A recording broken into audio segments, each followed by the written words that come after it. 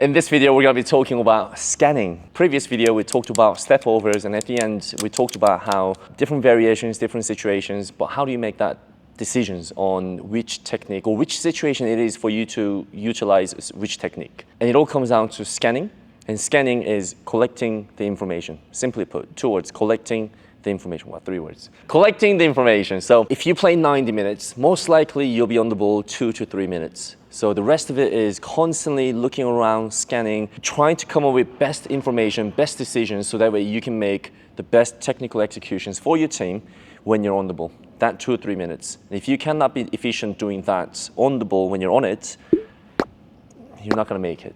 That's the sad truth. So that's why scanning is so important. Collecting the information is so important. That's going to help you to make the best decisions possible. And that's what we're going to talk about.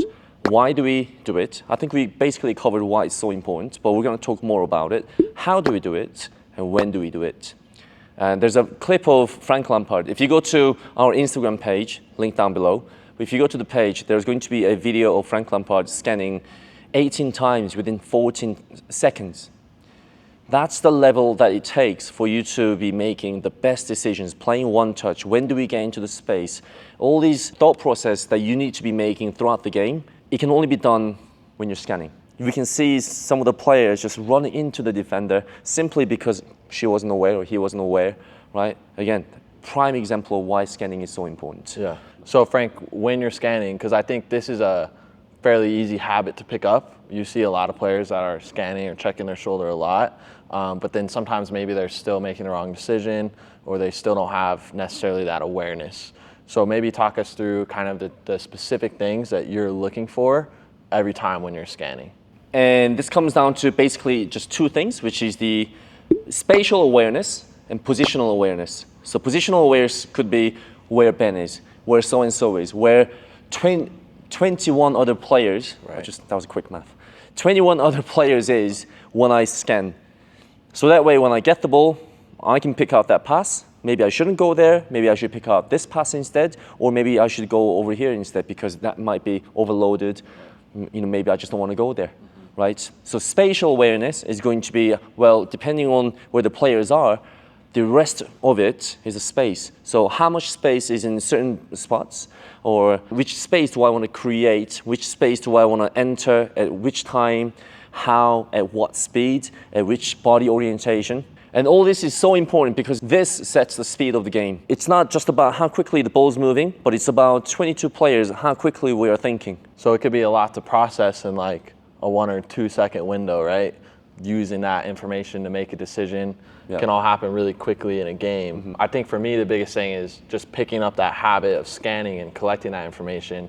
And then the more you play, like it sounds like a lot right now, but it starts to become more of an instinct, right? Yep. Obviously, Frank Lampard scanning 18 times in 14 seconds. He's not scanning and then what am I going to do? Like, it's not going through his head necessarily like that, but it is. It's just like that instinct that happens almost instantly. I mean, he's not necessarily doing a geometry formula 100% in the head. And I think like when we sit here and talk about it, it can kind of sound like that to maybe someone that doesn't have as much experience. Yeah. But it is one of those things like once you build that habit and you start to do it in a lot of different game situations, you pick up that instinct and start to recognize those decisions and the patterns like quickly. Yeah. So I think it essentially correlates with experience, how much of the game and the quality of the game or quality of the experiences that you've had and the scanning. Right. Because without those experiences, you simply don't know what you should be looking for when you're scanning, right? Patterns of play.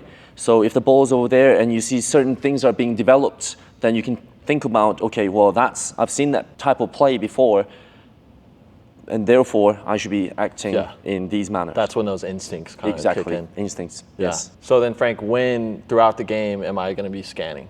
So every technical execution that's happening, and say the situation is you playing the pass to me. Right. In simple theory, you have 3 opportunities to scan. So the very first one is going to be, before he even thinks about playing the pass to me, I'm just being aware that, okay, he's over there, that defender's over here, this is how much space I've got, I just scanned everything, so I am ready to receive the pass. This is before he shapes up on the ball.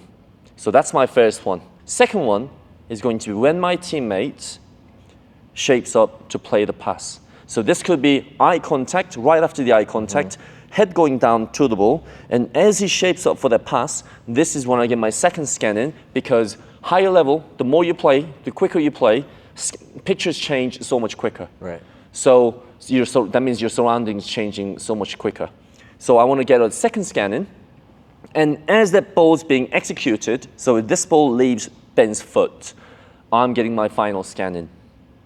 And that's your 3 scans. Yeah. And honestly, that can be done within less than 3 seconds. Yeah, I think really important thing that you said there is how quickly the picture changes, right? So if I just scan that one time before my teammate plays me and I don't scan again, by the time I receive the ball, everything around me has already changed, right? Because it changes every second during the game. Another pet peeve that lots of people will say is, when you're dribbling, oh, your eyes shouldn't be just on the ball. Oh, your eyes should be up there. The pros don't look at the ball when they're dribbling. Bull. Eyes are on the ball, right? But we do need to look up to scan every so often to be aware of what is going on. Right. So after we scan, it's not just about what your head or what your eyes saw. It's about your body sees as well. So we talk about body orientation. So Ben, can you explain what body orientation is and why it could be so important? Yeah, definitely. I think scanning, there's more to it, right, than just turning my head and looking around. But my body orientation, my body shape is a big part of it as well. So I don't want to just stay stagnant while I'm looking, because it's not going to give me a good angle of everything around me, right? So the more that I can move my feet and I'm kind of constantly, subtly changing that body orientation, that's going to give me more of a full picture of what's around me. And then also that sets my body shape so that when I do receive it, I'm already shaped up in a good position to do the decision that I made from the scan, right? Right, so we just talked about scanning, body orientations, and in result, good decision making. And another video that we're going to be covering is, if you're struggling with confidence and decision making, well, what can you do with it? So we're going to talk about that. But either way, keep scanning for our videos.